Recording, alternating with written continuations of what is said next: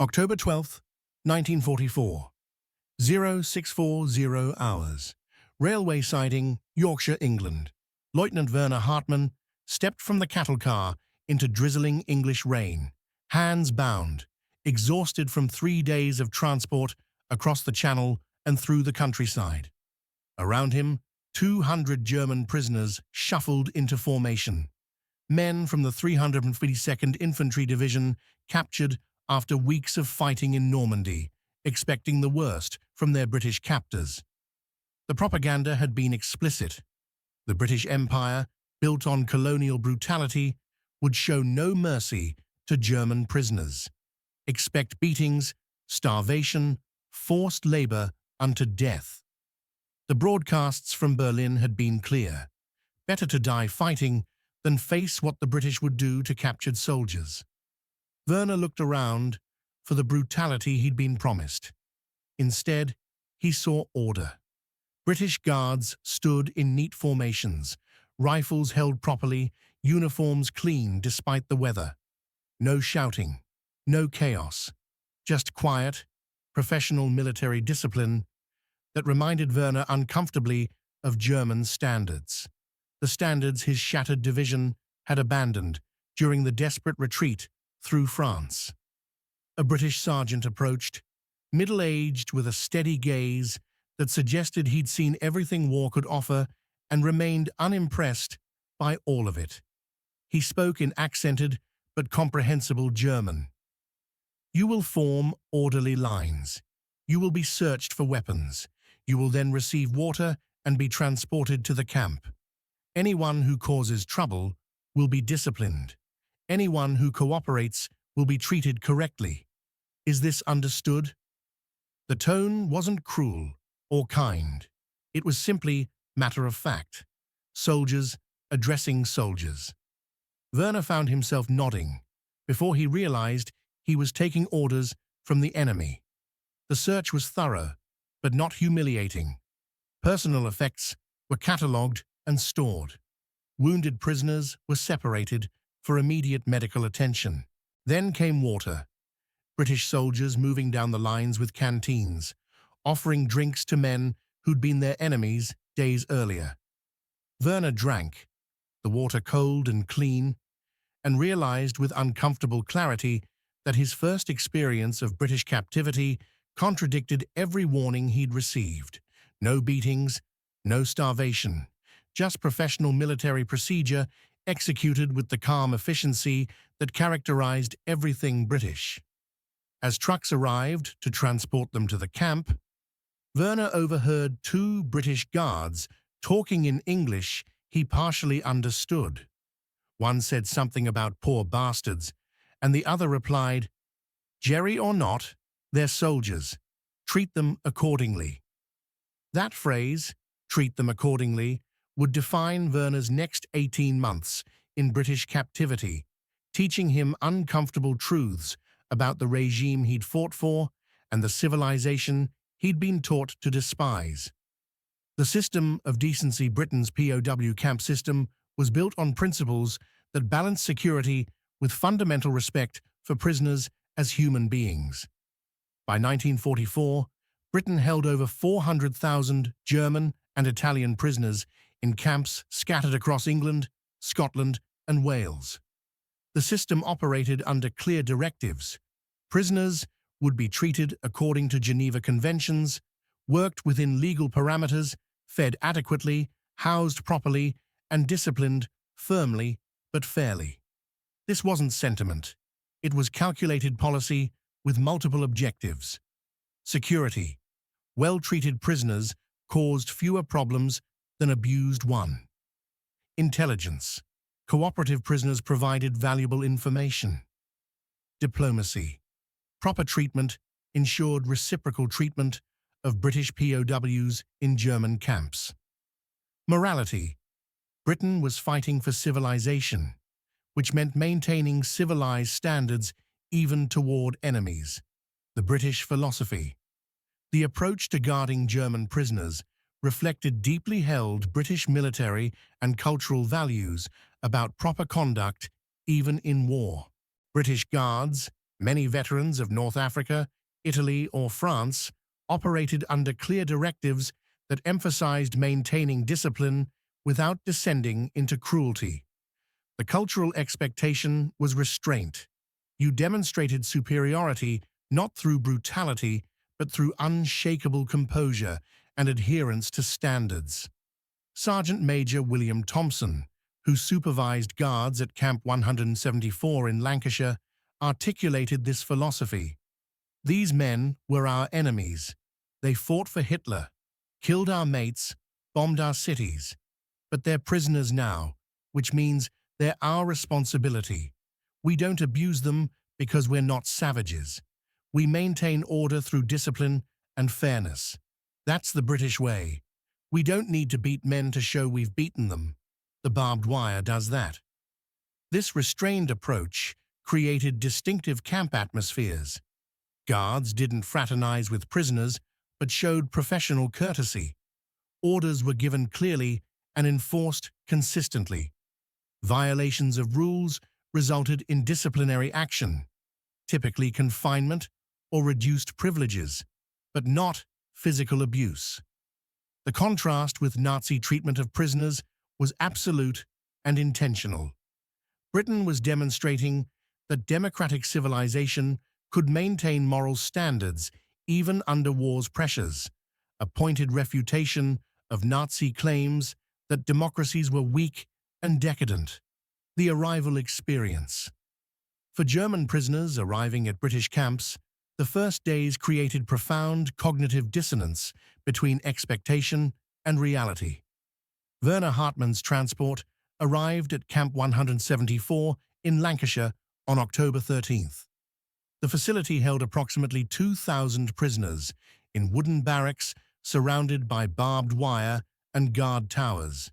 Nothing luxurious, but weatherproof, organized, clean. Processing was systematic. Documentation, medical examination, assignment to barracks, explanation of camp rules. Everything conducted in German by British personnel who'd learned the language or through interpreters. The efficiency was impressive and slightly unsettling. Britain had clearly anticipated holding large numbers of German prisoners and prepared accordingly. The first meal was an education. Werner expected starvation rations. The propaganda had promised British would deliberately starve German prisoners. Instead, dinner was adequate. Bread, stew with actual meat, tea, even margarine. More food than Werner's unit had been receiving during the final weeks of fighting in Normandy. "I couldn't understand it," Werner recalled in a 1987 interview. "We'd been told British would treat us worse than animals. Instead, the first night we received more food than we'd seen in weeks, slept in dry barracks with real beds, and weren't beaten or abused. The disconnect between what we'd expected and what we experienced was so profound that some prisoners thought it must be temporary, that the real brutality would start once we'd been softened up. It never came. The camp rules were posted in German and explained clearly. Work assignments mandatory unless medically excused. Cooperation required, defiance punished. Escape attempts would be prevented. Successful escapees would be recaptured. Medical care provided to all. Religious services permitted. Letter writing allowed under censorship. No fraternization with guards. Discipline maintained through orderly procedures. The rules weren't kind, but they were fair, applied equally to all prisoners without favoritism or arbitrary cruelty. The work program. German prisoners were assigned work, primarily agricultural labor and reconstruction projects. That was legal under Geneva Conventions and beneficial to Britain's war-strained economy. The assignments were practical: harvesting crops, repairing farm buildings, clearing land, working in forestry. Britain faced severe labor shortages with millions of men in military service. German POWs provided essential workforce for agriculture and basic construction. The work was hard, but not deliberately cruel. Prisoners worked 8-hour days, received additional rations for manual labor, and were provided adequate tools and supervision.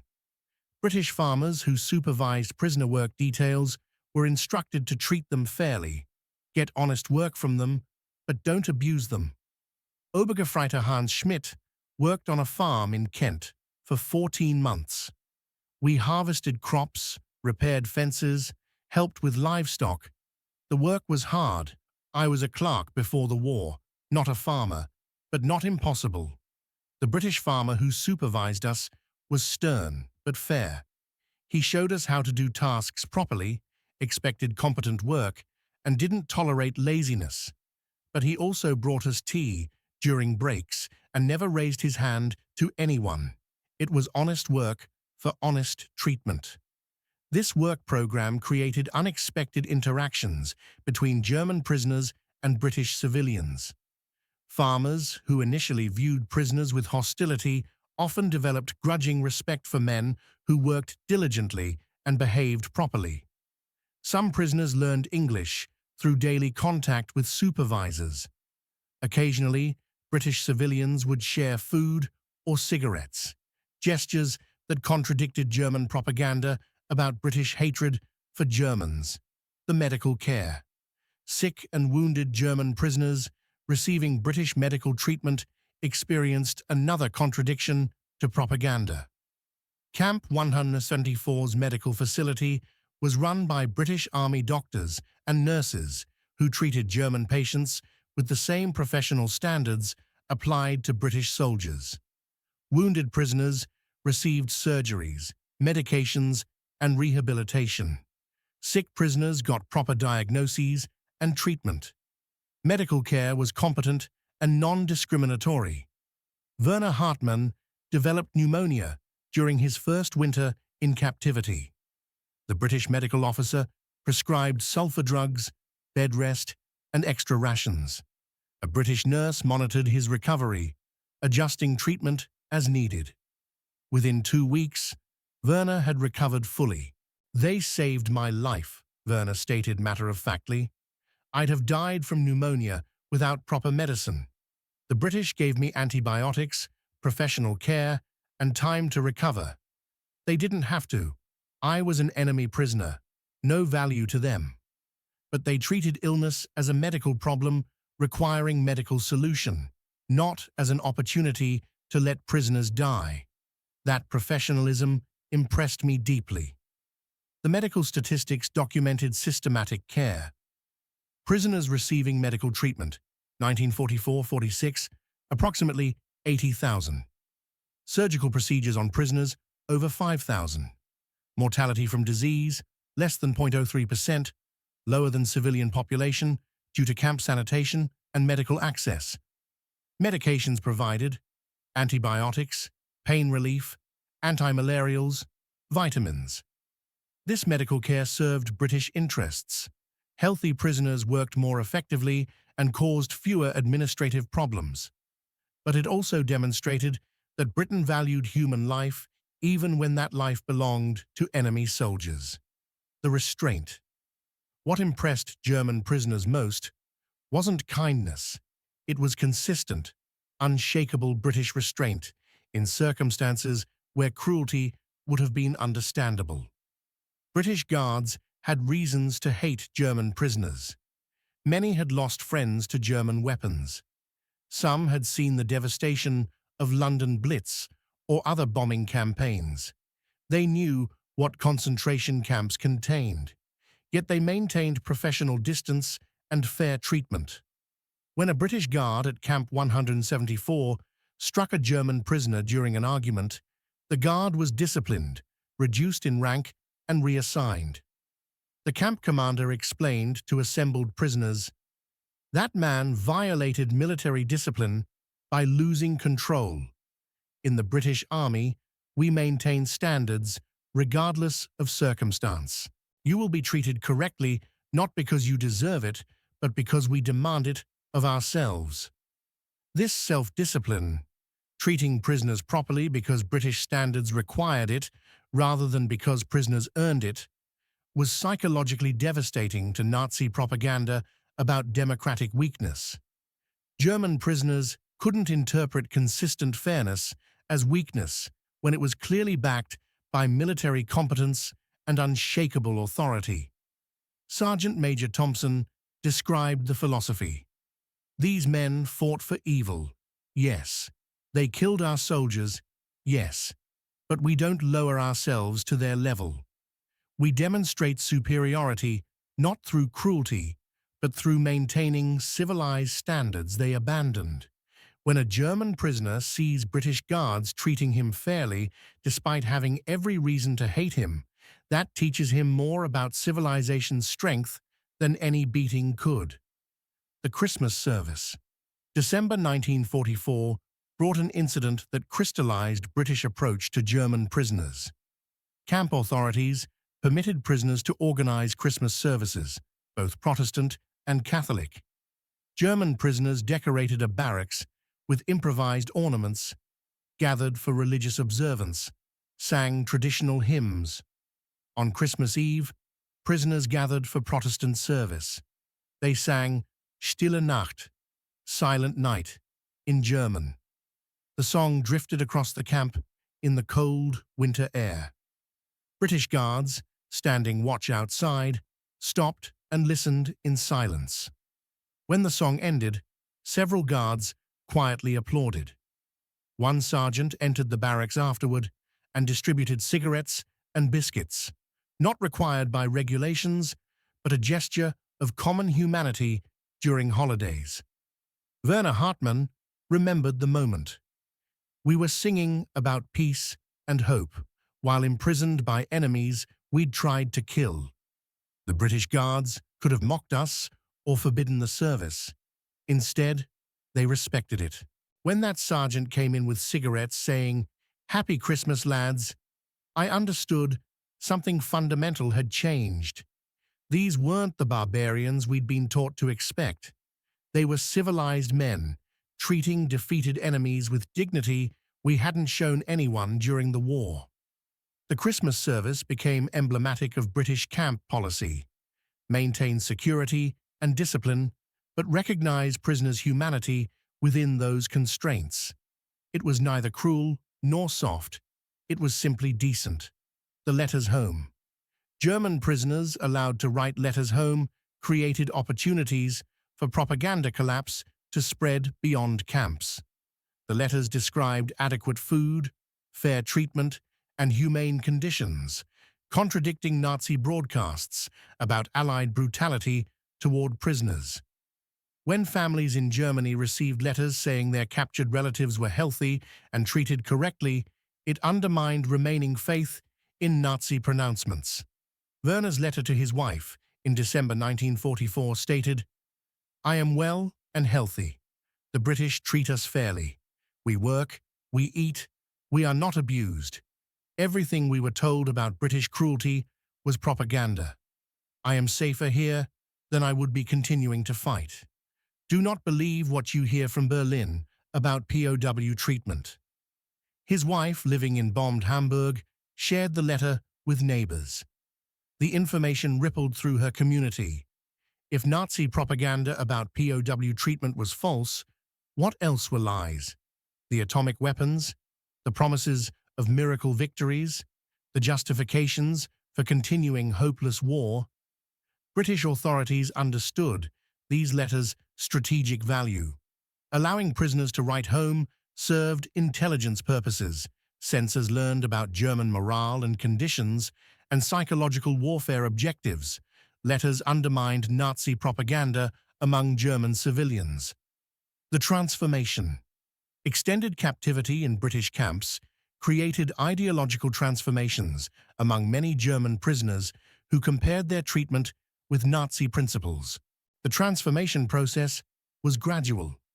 Initial shock at humane treatment gave way to grudging acceptance that British weren't the monsters propaganda depicted. This opened questions.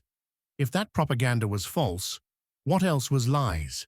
The racial theories? The claims about Jewish conspiracy, the entire ideological foundation of the regime they'd fought for. Hans Schmidt described his evolution. In the camp, I had time to think without constant propaganda reinforcement. I saw British treating us fairly, despite having every reason to hate us. I talked to other prisoners who admitted Nazi ideology was bankrupt. I read British newspapers, heavily censored, but still providing information we'd never received in Germany. Slowly, painfully, I rebuilt my understanding. I'd fought for evil. I'd believed lies. The British who'd defeated and imprisoned me were more honorable than the regime I'd served. British authorities recognized this transformation potential and eventually implemented formal re-education programs, though many prisoners had already abandoned Nazi beliefs simply through experiencing British fairness contrasted with Nazi brutality. The voluntary stays. When German prisoners began repatriation in 1946-47, thousands volunteered to remain in Britain temporarily to continue agricultural work. The British government, facing continued labour shortages, permitted prisoner volunteers to stay as civilian workers. Approximately 25,000 German former POWs remained in Britain through 1948, working on farms and in reconstruction projects while living in civilian housing. Hans Schmidt was among them. I had nothing to return to. My city was rubble, my family scattered or dead. Britain offered work, housing, and the possibility of rebuilding life. Many of us stayed voluntarily. We'd been treated fairly as prisoners. Perhaps we could build futures here as workers. This voluntary retention demonstrated the success of British POW policy. Prisoners treated fairly became willing workers. Men who'd fought against Britain chose to remain and contribute to British recovery. The transformation from enemy prisoners to voluntary workers validated the theory that decent treatment created cooperation. The British self-image. The restrained, fair treatment of German prisoners reflected and reinforced British self-conception about national character and civilized values. Britain saw itself as bastion of civilization against barbarism. Maintaining civilized standards in POW treatment, even when dealing with enemies who'd fought for explicitly barbaric regime, confirmed this self-image. British fairness to German prisoners demonstrated moral superiority more effectively than cruelty would have. This wasn't naive idealism. It was calculating demonstration of civilizational strength. By treating prisoners properly, while Germans treated Allied prisoners and everyone else brutally, Britain proved which side represented civilization and which represented barbarism. Captain Robert Ashford, camp commander at Camp 174, articulated this clearly. We're fighting to defend civilization against Nazi barbarism. If we abandon civilized standards in how we treat prisoners, we've lost what we're fighting to preserve. Our restraint, our fairness, our adherence to rules, even when dealing with men who fought for evil. This proves we're right, and they're wrong, more clearly than any propaganda could. The moral victory. The British treatment of German POWs represented strategic victory beyond military defeat of Nazi Germany. Britain demonstrated that civilization could maintain moral standards under war's pressures. Democratic society could fight total war without abandoning civilized values. Victors could treat defeated enemies with dignity. These weren't weakness, they were strength. For German prisoners who experienced this firsthand, the lesson was undeniable. Britain had defeated them militarily and defeated them morally by showing that civilization meant more than Nazi propaganda had ever understood. Sergeant Major Thompson summarized it simply. We beat them fair and square. Then we treated them like soldiers rather than animals. We didn't do it because they deserved it. Most had fought for evil. We did it because maintaining civilized standards, even toward enemies, proves civilization's strength. That's how you win wars properly. Defeat them on battlefield, then show them what they were really fighting against by treating them better than their own government ever did. The lasting memory. For German veterans who'd been British POWs, the memory of fair treatment in circumstances where cruelty would have been understandable remained defining experiences. Werner Hartmann, who lived until 2001, maintained contact with British veterans throughout his life. In a 1995 interview, he reflected, "The British could have treated us brutally. We'd fought against them, killed their soldiers, supported a regime that committed atrocities. They had every moral justification for revenge. Instead, they treated us with firm fairness that taught me more about civilization than 12 years of Nazi education ever did. That restraint, that adherence to standards even when dealing with enemies, that was real strength. I learned what democracy and civilization actually mean, not from books, but from being imprisoned by people who practice those values even toward men who'd fought against them. The quiet decency of British POW camps, the rain-soaked camps where German prisoners received tea and fair treatment, where guards maintained order through discipline rather than terror, where enemies were treated as defeated soldiers rather than subhuman criminals, became testament to civilization's resilience. Britain proved that even in total war against explicitly evil regime, civilized nations could maintain civilized standards. The grey English mornings when German prisoners received adequate food and fair treatment demonstrated truth more powerful than any propaganda.